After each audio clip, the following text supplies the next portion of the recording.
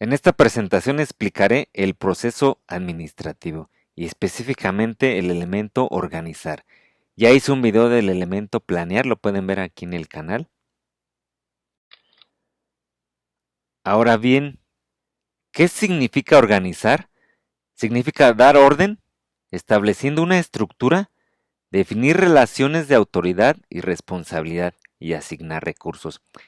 Y para esto el proceso administrativo es un elemento que contribuirá fuertemente al diseño de esta estructura que permita a las personas realizar su trabajo de forma eficiente y que logren al final los objetivos de la empresa. Recuerden, eso ya lo vimos en la fase de planear.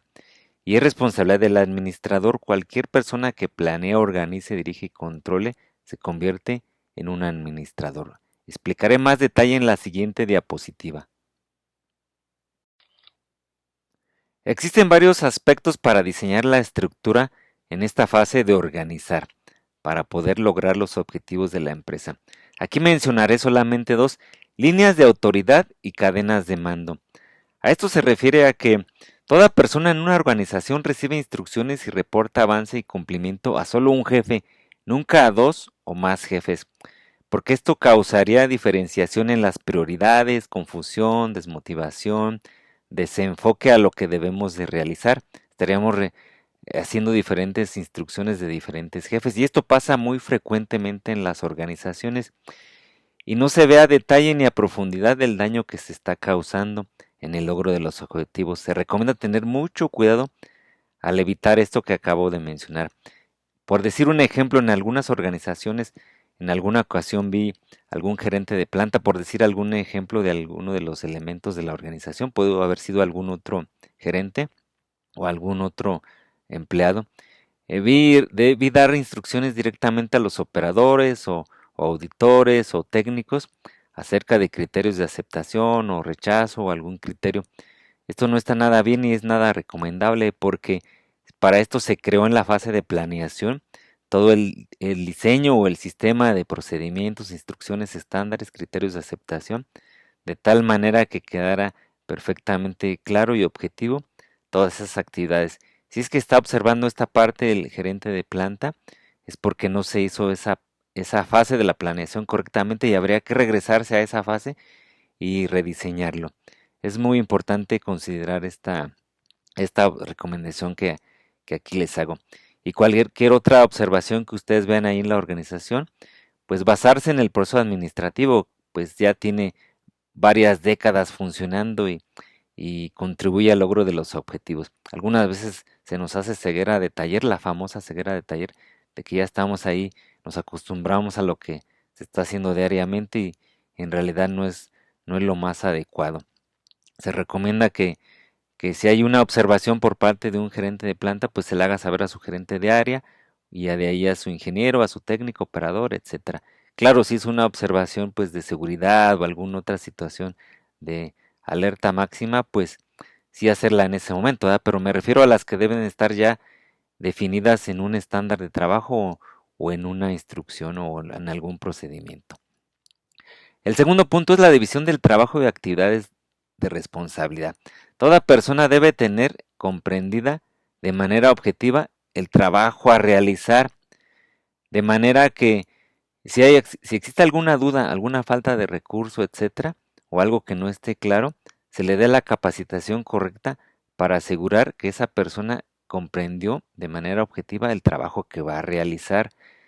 Esto nos evitará contratiempos, nos evitará decisiones incorrectas y nos llevará al éxito y al logro de los objetivos que al final recuerden, como lo mencioné en la fase de planeación, cada actividad que realice una persona en la organización desde que entra hasta que sale de ahí de la organización debe estar enfocada al logro de un objetivo.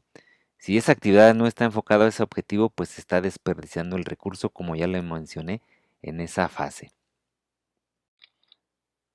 Con el fin de complementar lo que acabo de mencionar en la diapositiva anterior, aquí menciono que toda persona en una organización recibe instrucciones y reporta avance en cumplimiento a un solo jefe, nunca a dos jefes. Y para esto debe existir un sistema donde ya esté definido las instrucciones de trabajo, procedimientos de cómo se debe hacer este reporte o esta comunicación. Debe haber juntas, por ejemplo, diarias, en la mañana, o dos o tres, de acuerdo a cómo lo defina la organización, o semanalmente. Y estas instrucciones deben definir claramente y objetivamente el cumplimiento de esos objetivos. Por ejemplo, un objetivo puede ser operacional, a nivel operacional, cumplir con el rate de producción, es decir, con las piezas por hora a producir en esa línea de producción, o cero rechazos en línea. En el momento en que esta persona esté reportando a su jefe inmediato, reportará si estamos dentro o estamos fuera de meta, si se deben de tomar acciones o no se deben de tomar acciones. Y esto es muy importante porque si no, no lograremos los objetivos.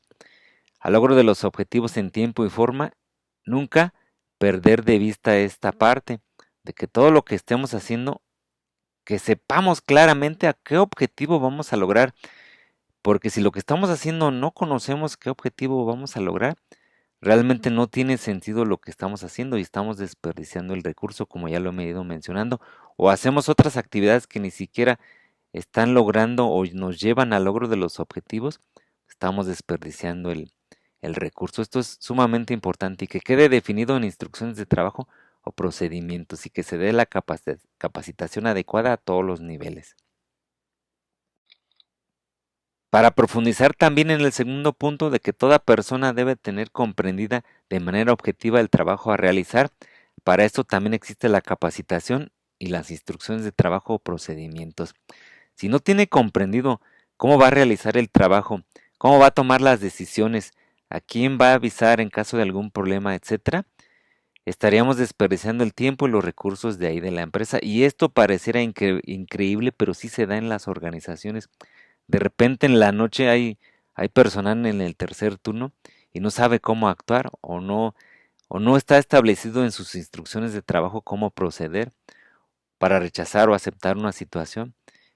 Y esto es sumamente crítico porque se corre el riesgo de aceptar piezas malas, de desperdiciar tiempo de producción y al final no vamos a lograr los objetivos que es a final de cuentas generar dinero, como ya lo mencionamos ahí en la primera presentación de planeación. Si sabemos perfectamente lo que debemos o tenemos que hacer de acuerdo a las instrucciones o procedimientos, estaremos aprovechando al máximo los recursos y le daremos ese empoderamiento también a cada uno de los elementos de la organización, porque algunas veces también lo que pasa es de que si una persona está obedeciendo a sus instrucciones y se reporta al inmediato de esa persona con el fin de que si la primera persona hizo una observación o un rechazo y el jefe de esa persona se pretende que acepte esa situación, pues estamos ya violando lo que es el sistema de calidad.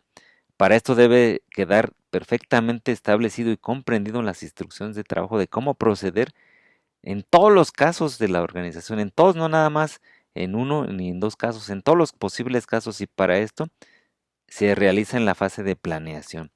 Si es que no está pasando, también nos debemos de regresar a la fase de planeación y corregirlo de inmediato porque estamos desperdiciando los recursos de la empresa y no lograremos los objetivos. Es sumamente importante esta parte.